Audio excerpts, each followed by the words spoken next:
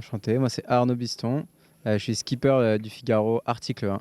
Et moi c'est Thomas André, je suis co-skipper pour cette course du Figaro Article 1. Bah à la base on avait tous les deux envie de participer à l'Aventura, mais on n'était pas censés naviguer ensemble. Et il se trouve qu'on s'est retrouvés à 2-3 semaines du village, du début de la course, sans plan, alors qu'on avait prévu cette course dans le calendrier. Et bah, du coup moi j'ai appelé Arnaud et, et on s'est vite mis d'accord je crois. Ouais, carrément, c'est sûr que on avait vraiment à cœur de la faire, c'est sûr, mais au final, nos chemins se sont bien croisés. On n'a pas hésité longtemps une fois qu'on s'est dit que c'était possible de la faire ensemble. Ouais. Et voilà, c'est simplement qu'on avait d'autres plans à l'origine. Et sinon, on n'a pas trop répondu à la question. Pourquoi on voulait faire cette course?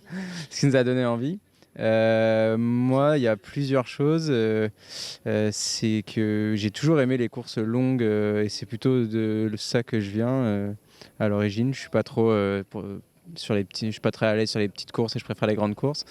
Et j'avais l'année dernière, j'ai dû abandonner la Transat. Donc j'avais un peu à cœur d'avoir une revanche sur un parcours long comme ça et j'affectionne particulièrement ce genre de course. Et moi c'est un peu, pour le coup j'aime bien un peu tous les styles de course, que ce soit courte ou longue, mais c'est vrai que j'affectionne vraiment les courses en tout cas qui reviennent à leur point de départ, ça me plaît beaucoup. J'avais notamment fait la SAS en mini qui s'appelle la Mini Atlantique qui part juste à côté des Sables d'Olonne.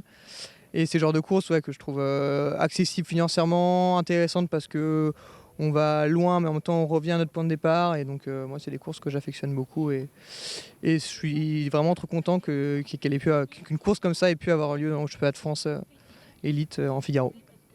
C'est comme des coins, je dirais, c'est comme des coins où on va quelques fois. Madère, on l'a vu sur la Transat tous les deux. Hein. Ouais. Après, là, on va sans doute aller un peu plus proche. Pour la solitaire, vous allez comme souvent au Portugal, aussi, en Espagne, c'est vrai que pas trop au Portugal. C'est vrai qu'on va pas souvent au Portugal. Ça, c'est quand même sympa. Et en plus, au sud, je pense qu'on va encore moins au sud. Je crois qu'il y en a plein qui vont à Cascais faire de l'entraînement. C'est ce que tu disais, Arnaud, en classe 40. Classe 40 notamment, j'étais déjà allé à Cascais. Et non, c'est vrai qu'on oublie souvent, mais en voie, il y a quand même, oui, il y a la notion d'endroit où on va, mais il y a les trajectoires qu'on va devoir faire, c'est-à-dire la route d'un point A à un point B.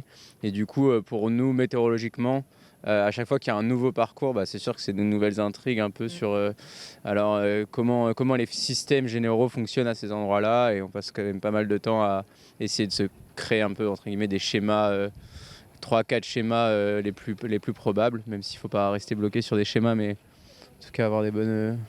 Voilà. Mais pour appuyer ce que dit Arnaud, typiquement jusqu'à Madère, c'est une route qu'on connaît bien.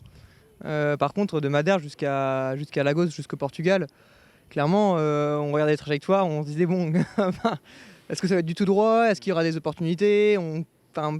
C'est rare les personnes qui ont fait ça en course, donc on va être un peu des pionniers quoi. Le contournement des îles aussi, Madère, on a l'habitude de passer relativement proche si on fait des transats ou sur la mini ou même toutes les courses transatlantiques. Mais c'est vrai que d'avoir l'occasion de s'intéresser au contournement de cette île-là, c'est hyper rare, donc ça va être chouette. On espère pouvoir faire du tourisme de jour et de nuit. Non, moi j'espère pas, j'espère passer le plus vite possible. On fera dans les deux cas, ça sera sympa. Ouais, dans les deux cas, ça sera sympa, ouais. En tout cas pour moi, pression non. J'avais vraiment à cœur de la faire parce que je trouvais ça dommage de ne pas jouer le championnat de France alors que c'était vraiment un des objectifs de l'année et que pour l'instant je suis sur le podium, donc ce serait quand même dommage de ne pas la faire. Mais pression non, pas plus que ça. Après on est là pour essayer de prendre un maximum de plaisir et de naviguer au mieux et on verra sur l'eau qui s'en sort le mieux de cette nouvelle course.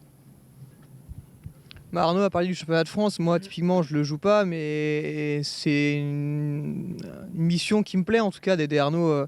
C'est comme ça mal d'avoir une mission en tant que co-skipper, d'aider quelqu'un qu'on apprécie à aller chercher une belle place sur un classement général, et donc je suis fier d'essayer d'y prendre part, quoi. On verra ce que ça donne, mais si ça peut aboutir sur une belle place, je me dirais que j'ai servi un peu à quelque chose sur...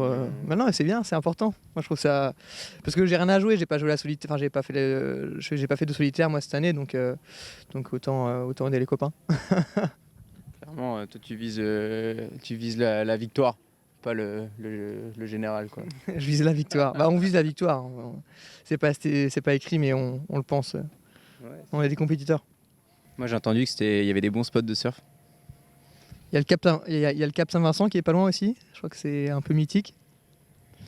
Et ouais, non, bah après, c'est toujours sympa, comme il disait Thomas tout à l'heure, d'avoir des courses à escale et d'avoir la chance de pouvoir aller découvrir des nouveaux endroits en y allant en bateau, en revenant en bateau.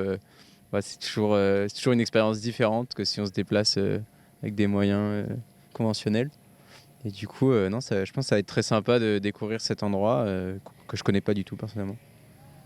Puis moi j'ai un super souvenir des Açores qui sont des îles portugaises aussi, et de ce que j'ai vu, on va dire l'architecture en tout cas y ressemble, donc j'ai hâte d'aller voir ce que ça donne au sud du Portugal, si c'est si différent des Açores ou pas.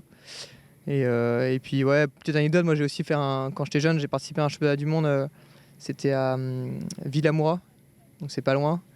Et j'avais bien aimé, la côte était vraiment jolie, donc c'est l'occasion d'y retourner.